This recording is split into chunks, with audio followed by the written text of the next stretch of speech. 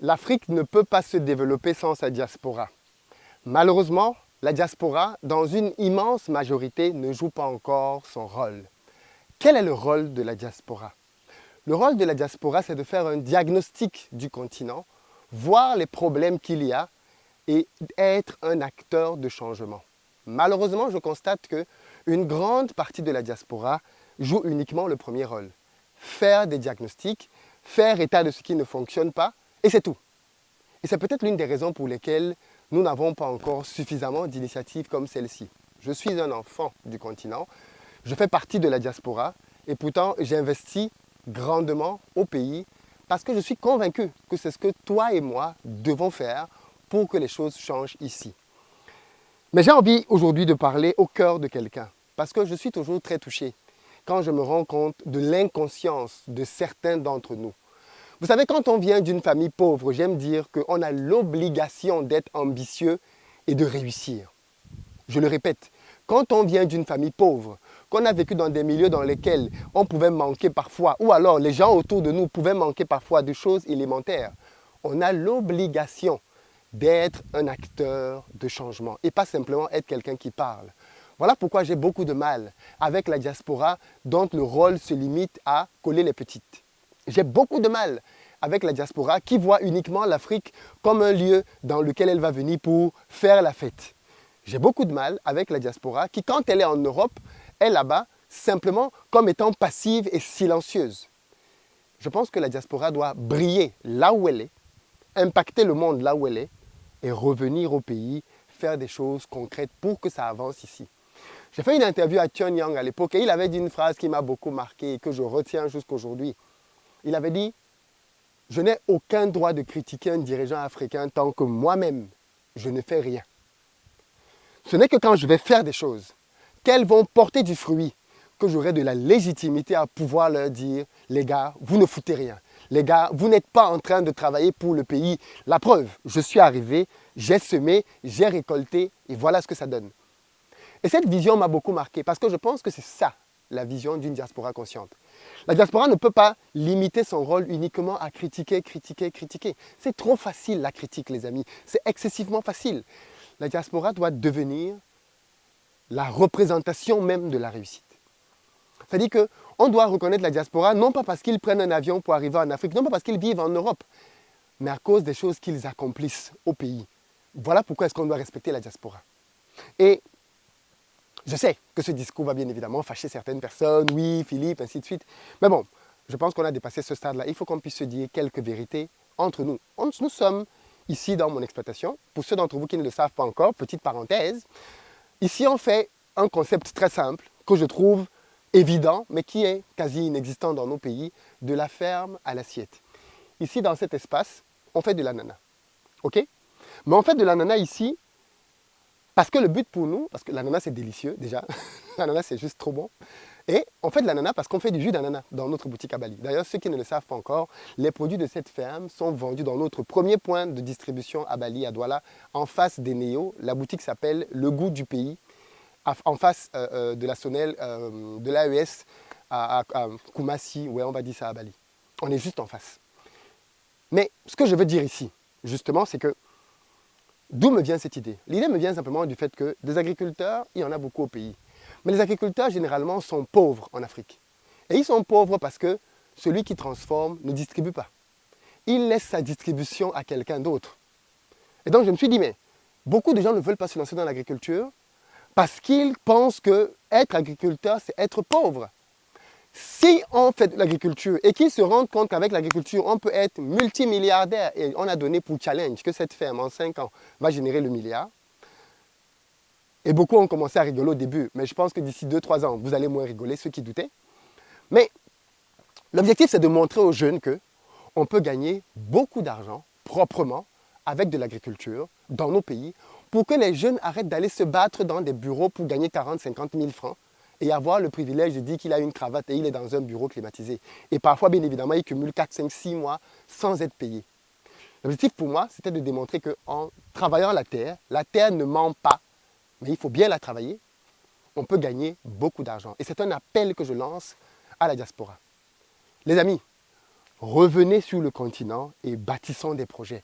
À cet égard, je veux dire bravo à la diaspora d'Amérique du Nord. Chaque fois que je discute avec quelqu'un au Cameroun, en Côte d'Ivoire, au Sénégal, et que c'est quelqu'un qui a un projet, bien souvent, il vient d'Amérique du Nord. Il vient du Canada, il vient des États-Unis. Très souvent. Par contre, quand je discute avec quelqu'un de la diaspora et qui vient de France, c'est quelqu'un qui vient pour critiquer, qui vient pour coller les petites, qui vient pour s'amuser et repartir. Quel est le problème, les amis de France? Quel est le problème? Pourquoi est-ce que la diaspora de France, qui est pourtant une diaspora très intellectuelle, est une diaspora qui au pays fait très peu? Mais c'est la diaspora qui va te dire, oui, mais le pouvoir a fait ci, le pouvoir a fait ça. Aucun pouvoir ne t'empêche de faire ça. Aucun pouvoir ne t'empêche de faire ça. Aucun pouvoir ne t'empêche de planter, de récolter, de distribuer. Aucun pouvoir. Aucun pouvoir ne t'empêche d'avoir tes boutiques, d'avoir tes centres commerciaux. Aucun pouvoir. À un moment donné, il faut qu'on arrête de se cacher aussi derrière des prétextes, qu'on arrête de se cacher derrière des X, Y, Z et que l'on commence à agir. Quand les Chinois viennent ici, ils sont confrontés au même gouvernement. Quand les Indiens viennent ici, les Pakistanais viennent, c'est le même gouvernement.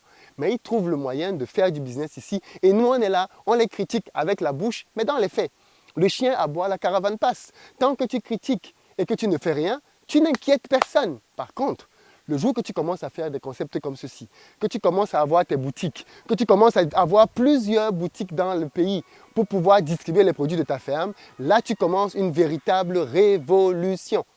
Tu entames une véritable révolution parce que tu es sur le terrain, parce que tu fais des choses concrètes. Et là tu commences à inquiéter les plus gros, Carrefour, Auchan. Là ils peuvent commencer à se dire, ah mais il y a ces gars-là qui commencent à être vraiment intéressants. Hein?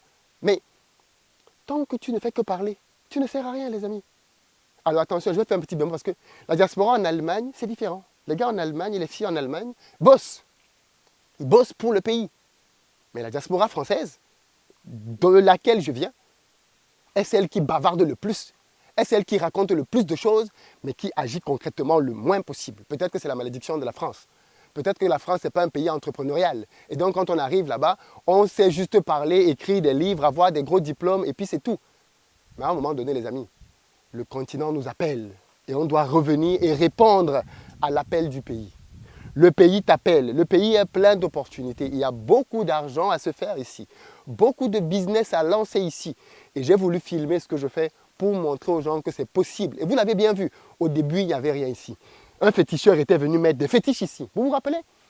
Voilà l'espace qu'il avait fétiché. Et il avait dit que si quelqu'un passait par là, il allait mourir. Non seulement personne n'est mort, mais en plus, les ananas vont commencer à pousser là dans quelques jours.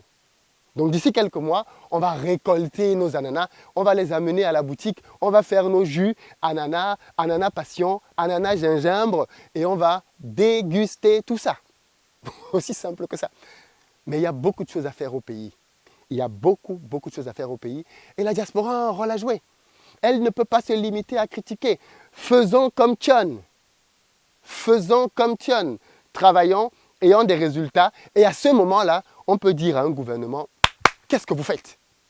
Mais si tout ce que tu fais, c'est parler, critiquer, oh la France a fait ci, oh la France a fait ça, la France ne m'empêche pas de travailler. Les États-Unis ne m'empêchent pas de travailler. On a notre boutique, on va en ouvrir une deuxième bientôt, puis une troisième, puis une quatrième, puis une dixième. Et après, on va franchiser, on va en ouvrir plein dans le pays. Et voilà comment on va gagner beaucoup d'argent. Et aucun Français, ni aucun gouvernement n'est contre ça. Donc, à un moment donné, je veux bien que l'on fasse le diagnostic que les gouvernements sont défaillants à plein d'endroits. Je suis le premier à faire ce diagnostic. Mais si on finit de dire ce diagnostic et qu'on ne vient pas travailler, on est juste un théoricien de plus. Et l'Afrique a déjà trop de théoriciens. On a besoin maintenant d'hommes et de femmes d'action. Soutenez ce projet en consommant, les amis. Je sais qu'il y a beaucoup de gens de la diaspora qui vont venir pendant les fêtes. Soit c'est pour coller les petits taux, soit c'est pour travailler. Venez manger chez Le Goût du Pays. On est à Bali, au Cameroun. Ce concept, on va le développer à Abidjan l'année prochaine. Dans les amis en Côte d'Ivoire, on arrive pour développer ce projet-là. Et ainsi de suite, on va le dupliquer en Afrique et on va le franchiser. Le Goût du Pays, avec les produits du pays. Les Africains doivent redevenir fiers d'eux-mêmes, fiers de ce qu'ils produisent, fiers de leurs valeurs, fiers de leur richesse. Et ça doit se traduire dans leurs assiettes. Ça doit se traduire dans tout ce qu'ils ont. Thomas Sankara a dit, le seul moyen pour les Africains d'être heureux, c'est de vivre en africain. Vivons en africain, assumons notre africanité à tous les niveaux possibles et valorisons-la. C'était le message pour cette vidéo. J'espère qu'il va toucher quelqu'un, qu'il va te réveiller, qu'il va te frôler dans ton orgueil. Je sais que tu vas peut-être te dire, oui, mais Philippe a dit si. Ok, peut-être que la forme ne te plaît pas. Peut-être que tu es le genre de personne qui aime qu'on te caresse dans le sens du poil. Mais tu sais, quand tu prends un poisson, tu ne jettes pas le poisson parce qu'il y a des arêtes dedans. Donc si tu estimes que certains éléments que j'ai dit étaient trop forts, pas assez, ok, mets de côté ces éléments-là et concentre-toi sur l'essentiel. En tant que diaspora, est-ce que je joue mon rôle? Si tu as quelqu'un qui est en Europe, envoie-lui cette vidéo. Si tu es dans la diaspora, partage-la autour de toi pour que la diaspora entende ça. Et moi, j'ai envie, en sortie de cette vidéo, de lancer un challenge. J'aimerais lancer le challenge des grandes réalisations de la diaspora. Le challenge des grandes réalisations de la diaspora. De quoi il s'agit? Si tu fais partie de la diaspora, et que tu as lancé un projet au pays, informe-nous de ton projet. Écris à contact@investiraupais.com et objet de ton mail diaspora. Non. Objet de ton mail, les grandes réalisations de la diaspora. C'est un peu long, mais les grandes réalisations de la diaspora. Que ton projet soit petit, moyen ou grand, informe-nous de ton projet. Et nous, on va venir, si ton projet est vraiment pertinent, on va le filmer, on va le promouvoir gratuitement. Ça va te donner de la visibilité, ça va te donner des clients. C'est ma manière à moi de soutenir les initiatives de la diaspora en Afrique. On va le faire et ça va pousser un maximum de personnes à davantage se lancer. Il faut que la diaspora soit visible, que la diaspora agisse, que la diaspora impacte et qu'elle assume ce qu'elle est en train de faire. Les grandes réalisations de la diaspora, c'est maintenant. Il faut que ce continent bouge et je compte sur toi pour que ça bouge une fois pour toutes ici. C'est parti!